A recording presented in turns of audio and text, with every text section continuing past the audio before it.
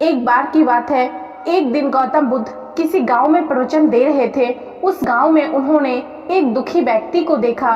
उस व्यक्ति ने बुद्ध के चरणों में गिरकर अपने दुख दूर करने का उपाय जानना चाहा। गौतम बुद्ध ने उस व्यक्ति को अपने पास बिठाया और उसे बोले, तुम व्यर्थ में चिंतित हो रहे हो, सुख दुख हमेशा नहीं रहते।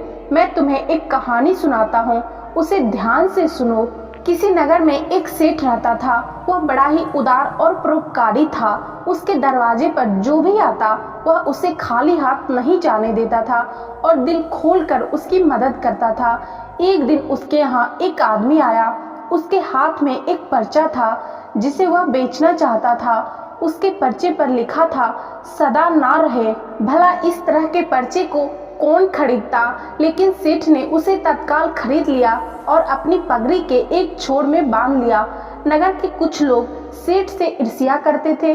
उन्होंने एक दिन राजा के पास जाकर उसकी शिकायत की, जिससे राजा ने सेठ को पकड़वाकर जेल में डाल दिया। सेठ के जब काफी दिन जेल में निकल गए, सेठ बहुत दुखी था।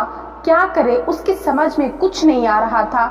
एक दिन अचानक सेठ का हाथ उसकी पगड़ी की गांठ पर पड़ गया। उसने गांठ को खोलकर पर्चा निकाला और उसे पढ़ा। पढ़ते ही उसकी आंखें खुल गई। उसने मन ही मन कहा, अरे तो दुख किस बात का? जब सुख के दिन सदा ना रहे तो दुख के दिन भी सदा ना रहेंगे। इस बात को सोचकर वह सेठ जोर से हंस पड़ा और बहुत देर तक हंसता रहा। जब चौकीदार ने उसकी हंसी सुनी तो उसे लगा सेठ मारे दुख के पागल हो गया है। उसने राजा को खबर दी। राजा आया और उसने सेठ से पूछा, क्या बात है, तुम इतना हंस क्यों रहे हो? तब सेठ ने राजा को सारी बात बता दी। उसने कहा, राजन, आदमी दुखी क्यों होता है? सुख दुख के दिन तो सदा बदलते रहते हैं। सुख और दुख तो जीवन के दो पहलू हैं। यदि आज सुख है तो हो सकता है कि कल हमें दुख का मुंह भी देखना पड़े, और यदि आज दुख है तो हो सकता है कल हमें सुख भी देखना पड़े। सेठ की बात सुनकर राजा को अपनी गलती का एहसास हुआ और उसने सेठ से माफी मांगी। उसने सेठ को जेल से बाहर निकलवाकर उसके घर भिजवा दिया। सेठ आनंद से रहने लगा, क्योंकि उसे ज्ञात हो गया कि सुख के साथ साथ दुख के दिन भी सदा नहीं रहते हैं। महात्मा बुद्ध की इस कथा को सुनकर उस व्यक्ति के मन का बोझ हल्का हो गया और उसे समझ में आ गया कि यदि दुख है तो वो भी सदा नहीं रहेगा हमारे जीवन में, और यदि सुख है तो वो भी सदा हमारे जीवन में नहीं रहेगा। इसलिए हमें सुख और दुख दोनों के लिए हमेशा तत्पर रहना चाहिए।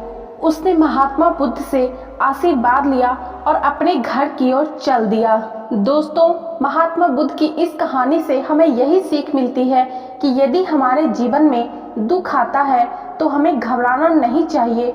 हमें धैर्य के साथ उस समय को काटना चाहिए, क्योंकि इस संसार में कुछ भी स्थिर नहीं है, क्योंकि परिवर्तन ही इस संसार का नियम है।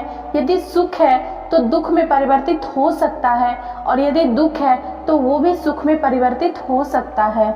महात्मा बुद्ध की ये कहानी आप लोगों को कैसी लगी कमेंट करके जरूर बताइएगा, और वीडियो को लाइक जरूर कर दीजिएगा।